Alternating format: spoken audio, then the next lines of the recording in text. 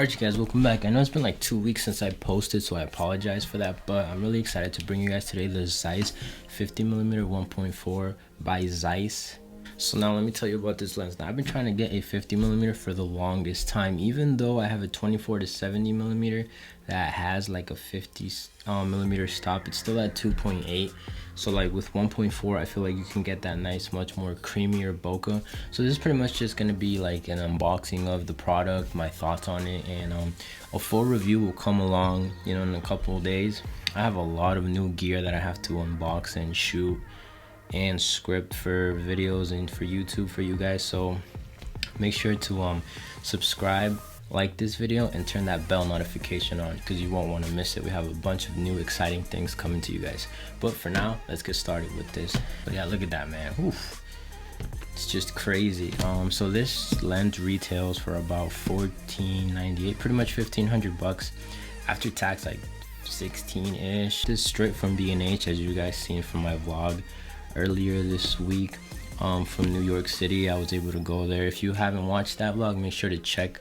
I'm gonna have the link in the description below to check that video out. But now let's get started with this. All right, you guys, so let's go ahead and begin the unboxing.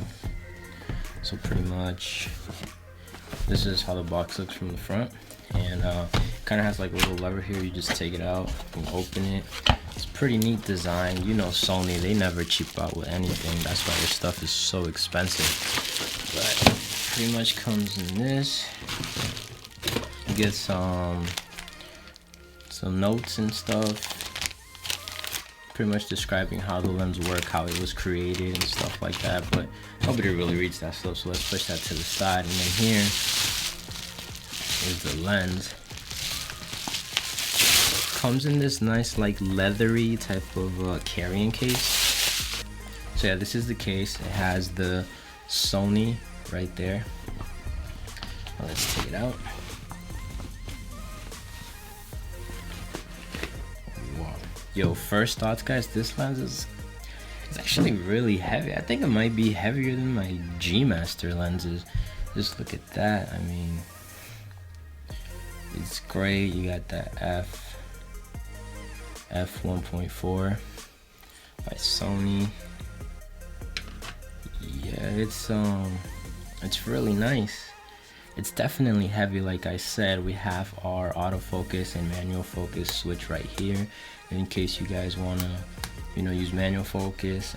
This is a prime, so it's just a 50, nothing more. That's why I like primes, because you can use these and at lower apertures, something that you can't really do with zoom lenses. So yeah, we have our aperture ring right here. This aperture ring to me is kind of new, to be honest with you guys. First lens that I have that has this. Overall, the material is like heavy duty. Like if somebody throws this at you, you're gonna get hurt. Hook it up to the A7R3 and see what kind of like bulky, creamy type of look we can get from it. Alright, y'all, so we got the A7R3 here. About to hook it up with this bad boy. Oof, let me tell you guys, I think that I was honestly more excited to get these primes than to get my G Master lenses. Let's see. Alright guys, so one thing I do notice is that the motor, when you're like looking for focus, when you're pressing the shutter button, it's kind of loud. For example, watch. Like right here, it nailed focus. Right here, when it's hunting, so you can hear like, oh, so that is, I mean, it's new to me. I mean, my 85 1.8 kind of does it. This one does it just a little bit louder. But let's try to grab an object here and try to take like a really good picture of it. Let me see if I could try to get that. How about this? So yeah, it's for like my initial thoughts with this lens.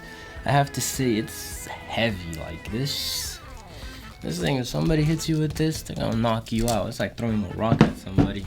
But you know, you can kind of see why it's heavy. Like they have so many motors inside. The focus motor, it's a 50mm. They have the aperture ring, but it's amazing. and kind of like show you guys, because that's the main purpose for this lens, is for b-roll and for portrait shot. All right, so I just put in the 50mm. So if this looks a little too overexposed, it's because it's at a 1.4 and I have my lights exactly how I would have it for the f2.8. So now I want to see like how good is the bokeh for video, because I mean, it's a portrait lens, but it's also a video lens, right? So let's see. I'm gonna be trying it with this, and let's also see how good the autofocus is.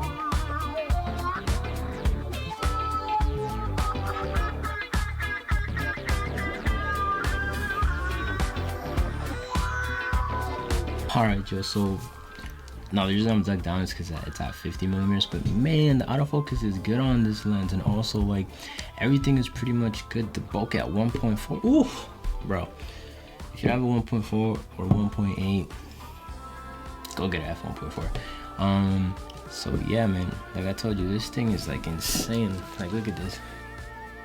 Ooh, man, look at that. Man, for product videos, this lens is gonna be woof, amazing. But all right, guys, let's go back to the video. Let's go back to the 24-70 and let's adjust the lights back. But like I said, my initial thoughts, I love it. It's honestly like a really like professional made lens for professional purposes like videos and stuff like that. I believe Zeiss lenses have like a steady shot kind of built into them, so I want to see like what does it look like with the A7S III plugged in on there. So yeah, guys, but B-roll, that's pretty much gonna be the end of this video. It's kind of short and sweet.